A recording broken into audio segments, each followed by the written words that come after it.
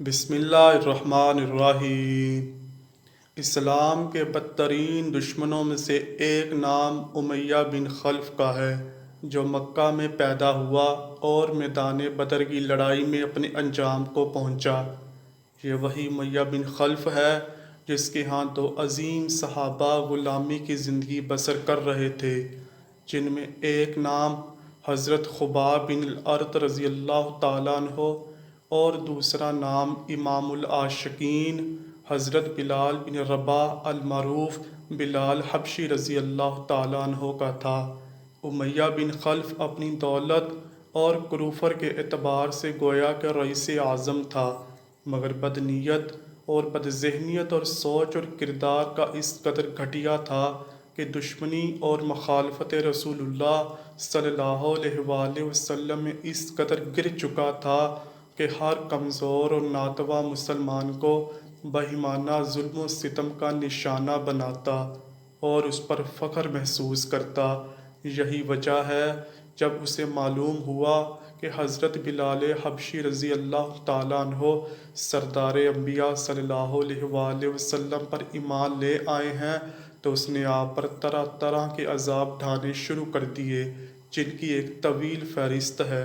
لیکن یہ قانون قدرت ہے کہ بڑے سے بڑا ظالم بھی ایک خاص مقررہ مدت سے زیادہ اپنے ظلم کو برقرار نہیں رکھ سکتا، اور بالآخر خود ہی اپنے ظلم کا شکار ہو جاتا ہے۔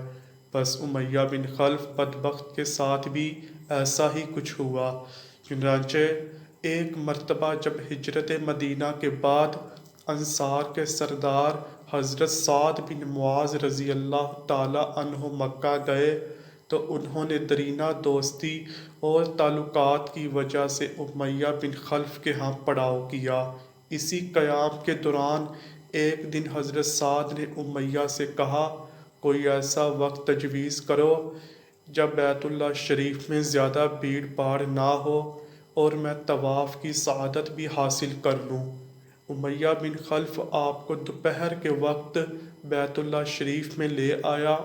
اتفاق سے ابو جہل نے دیکھ لیا اور وہ امیہ سے کہنے لگا، اے ابا صفوان، یہ کون ہے؟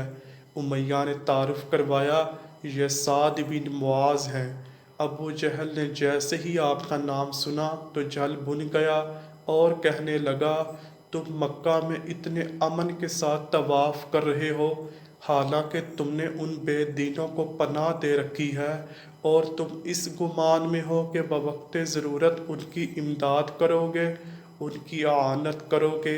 بخدا اگر تم امیہ کے ہمراہ نہ ہوتے تو آج زندہ سلامت اپنے گھر نہ جا سکتے۔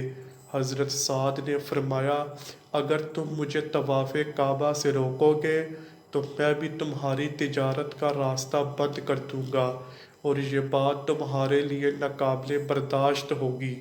امیہ حضرت سعد کا یہ کرارا جواب سن کر کہاں برداشت کر سکتا تھا، فوراً بول اٹھا، اے سعد، ابو الحکم کو بلند آواز سے جواب نہ دو، وہ اس آبادی کے باشندوں کا سردار ہے۔ آپ نے فرمایا، امیہ یہ لاف گزاف رہنے دو، واللہ میں نے رسول اللہ صلی اللہ علیہ وآلہ وسلم سے سنا ہے تو ان کے ہاتھوں سے مارا جائے گا۔ امیہ یہ سن کر خوف زدہ ہو گیا اور پوچھنے لگا، کیا مکہ میں مجھے قتل کریں گے؟ فرمایا، مجھے اس کا علم نہیں۔ امیہ جب گھر لوٹا تو اپنی بیوی سے کہنے لگا، اے ام صفوان، دیکھا نہیں سعد میرے متعلق کیا کہہ رہے ہیں؟ وہ بتا رہے ہیں کہ محمد صلی اللہ علیہ وآلہ وسلم نے انہیں خبر دی ہے کہ کسی نہ کسی دن وہ مجھے قتل کر دیں گے۔ پھر امیہ کہنے لگا، خدا کی قسم، اب مکہ سے باہر میں کبھی نہیں جاؤں گا۔ بخاری شریف میں ہے، پھر جب بدر کی لڑائی کا موقع آیا تو ابو جہل نے قریش سے لڑائی کی تیاری کا کہا اور امیہ سے کہا، تم بھی اپنے قافلے کی مدد کو چلو۔ امیہ نے لڑائی میں شرکت پسند نہ کی تو ابو جہل کہنے لگا، اے صفوان، تم وادی کے سردار ہو، جب لوگ دیکھیں گے کہ تم ہی لڑائی میں نہیں نکلتے تو دوسرے کیسے نکلیں گے؟ ابو جہل اس کو برابر سمجھاتا رہا، حتیٰ کہ امیہ نے مجبور ہو کر کہا، جب تو نہیں مانتا تو خدا کی قسم میں اس لڑائی کے لیے ایسا تیز رفتار اونٹ خریدوں گا جس کا ثانی مکہ میں نہ ہو۔ پھر جوش میں آ کر اپنی بیوی سے کہنے لگا، اے صفوان، میرا سامان تیار کر دو۔ بیوی نے کہا، کیا تم اپنے یثرب بھائی یعنی حضرت سعد بن معاذ کی بات بھول گئے ہو؟ امیہ کہنے لگا، نہیں، بھولا نہیں ہوں، میں ان کے ساتھ صرف تھوڑی دور تک ہی جاؤں گا۔ چنانچہ جب امیہ نکلا تو راستے میں جس منزل پر بھی ٹھہرتا یہ اپنا اونٹ اپنے پاس ہی باندھے رکھتا اور وہ برابر احتیاط ہی کرتا رہا، حتیٰ کہ اللہ تعالیٰ نے اسے میدان بدر میں قتل کرا دیا۔ دوستو، بے شک امیہ حد درجہ کی احتیاط برتتا رہا، مگر محبوب خدا صلی اللہ علیہ وآلہ وسلم کی زبان اقدس سے جاری ہونے والا فرمان سچ ہو کر ہی رہنا تھا۔ چنانچہ اسی زمن میں حضرت عبد الرحمن بن عوف رضی اللہ تعالیٰ عنہ فرماتے ہیں، امیہ بن خلف مکہ میں مجھ سے اکثر ملتا رہتا تھا کیونکہ ہم دونوں میں دوستی تھی۔ اس وقت میرا نام عبد عمرو تھا اور اسلام قبول کرنے کے بعد میرا نام عبد الرحمن ہوا۔ امیہ مجھ سے کہتا، مجھے تو تمہارا پرانا نام یعنی عبد عمرو ہی پسند ہے، میں تمہیں تمہارے پرانے نام ہی سے پکاروں گا، نیا نام مجھے بالکل اچھا نہیں لگتا۔ اس پر میں نے اس سے کہا، مجھے پسند نہیں کہ تم مجھے پرانے نام سے بلایا کرو۔ امیہ کہنے لگا، اچھا تو اب تم اللہ کے بندے ہو گئے ہو؟ میں نے کہا، ہاں۔ پھر وہ مجھے عبد الرحمن کہہ کر پکارنے لگا تو مجھے اس کی زبان سے اپنا نیا نام پسند آیا۔ ہم دونوں اس روز دیر تک باتیں کرتے رہے۔ پھر جب غزوہ بدر میں وہ مجھ سے ملا تو میں مسلمانوں کی طرف سے فوجی لباس میں تھا اور میرے ہاتھ میں نیزہ تھا۔